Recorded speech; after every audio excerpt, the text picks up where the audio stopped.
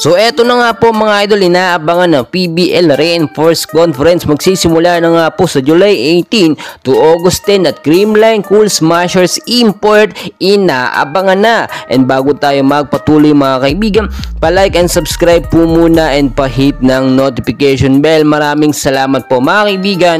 Isang buwan na lang po mahigit simula ngayon ay Reinforced Conference na nga po na kung saan ay may kanya-kanyang import ang mga PBL teams. So inaabangan kung sino nga ba ang magiging import ng Creamline Cool Smashers.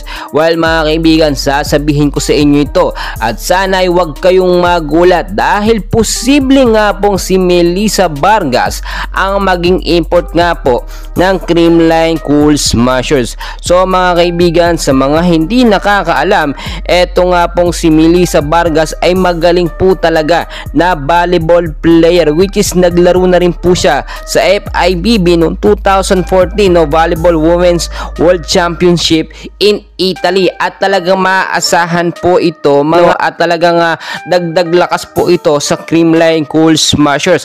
Kung titignan nyo po as of now no, ay talagang magkakaroon ng malaking adjustment ang Creamline Cool Smashers dahil posible ding hindi makapaglaro. Eto nga pong si Gia Morado dahil yung kontrata niya posible nag-renew siya ng kontrata dito nga po sa kupunan ng Denso Eribis, at inaasahan din natin na posibleng ilang mga star player ng Creamline ay hindi makakalaro sa PBL Reinforced Conference para naman po sa nalalapit na FIVB at kinakailangan din sa ating Philippine National Team. Ang tinutukoy ko si Gemma at si Tots, pero hindi pa naman yan sigurado.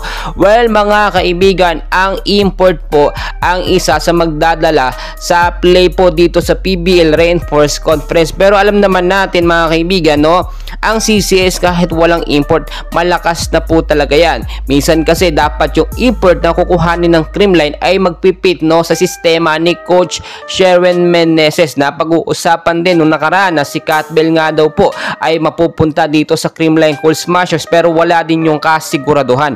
Pero malapit sa sigurado no ay eto nga po si Melissa Vargas. Mga kaibigan, pag-usapan din po natin yung naging issue nga po no ng SB19 dito nga po sa mga PBL player. Humingi na ng pasensya dyan no. Eto nga po si Cici Rondina, hindi naman natin kasalanan kung hindi kilala no ng ilang mga PBL player, volleyball player. Eto nga pong SB19, hindi pa rin naman sila ganun kasikat, pero kilala po sila ng mga ilang mga Pilipino na tangahanga po ng SB19. Well mga kaibigan, ang dami pa nating kaganapan, so dyan lamang po kayo, and please huwag niyo pong kalimutan mag-like and subscribe.